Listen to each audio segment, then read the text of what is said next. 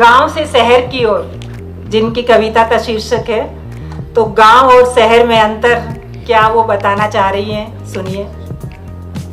यहाँ उपस्थित सभी श्रोतागणों को मेरा नमस्कार। और ये मेरा पहला मौका है इस मंच से अपनी कविताएं सुनाने का।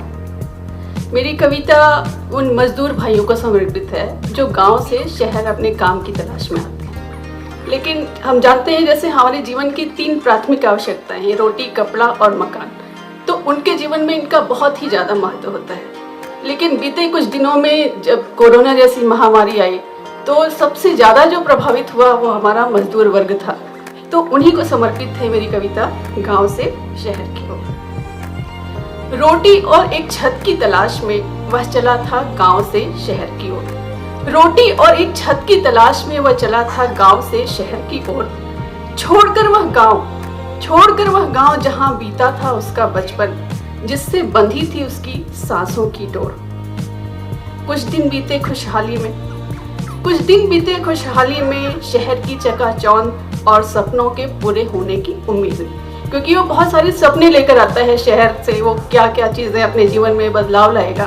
तो कुछ दिन बीते खुशहाली में शहर की चकाचौंध और सपनों के पूरे होने की उम्मीद। लेकिन फिर जैसे कोरोना महामारी या ऐसी दूसरी विपदाएं जब आती हैं तो जो सबसे ज्यादा प्रभावित होता है वो शायद यही वर्ग है। तो फिर आया वह दौर जिसमें कई मजबूरियों का अफसाना लेकर वह लौट चला गांव की ओर।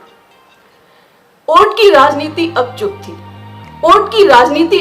थी, चुप थे धर्म के ठेकेदार, चुप थे गरीबी का नाम लेकर अपने भाषणों की शोभा बढ़ाने वाले राजनीतिक। ओट की राजनीति अब चुप थी, चुप थे धर्म के ठेकेदार, चुप थे गरीबी का नाम लेकर अपने भाषणों की शोभा बढ़ाने वाले राजनीतिक का। और ऐसी परिस्थितियों में शायद वो मजदूर वर्ग ही ऐसा था जिसकी सहायता कोई नहीं कर पाया। कुछ हमारी मजबूरियां थी, कुछ अलग। तो उस हालत में उसे खुद ही अपनी सहायता करनी पड़ी। किसी भी परिस्थिति में उसे अपने गांव वापस जाना पड़ा। तो बेहद मजबूर भूख और बदहवासी में टूटी चप्पलों के सहारे, टूटी चप्पलों के सहारे कई 100 किलोमीटर चलकर वह लौट चला गांव की ओर। बेहद मजबूर भूख और बदहवासी में टूटी चप्पलों के सहारे कई 100 किलोमीटर पैदल चल वह लौट चला गांव की ओर, क्योंकि उसकी जो आखिरी उम्मीद थी उसी मिट्टी से थी जहां से वो शहर की ओर आया था।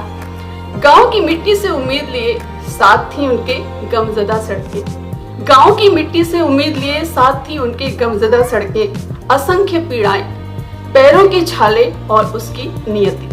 गांव की मिट्टी से उम्मीद लिए साथ थी उसकी गमज़दा सड़कें, असंख्य पीड़ाएं और पैरों के छाले और उनकी नियति।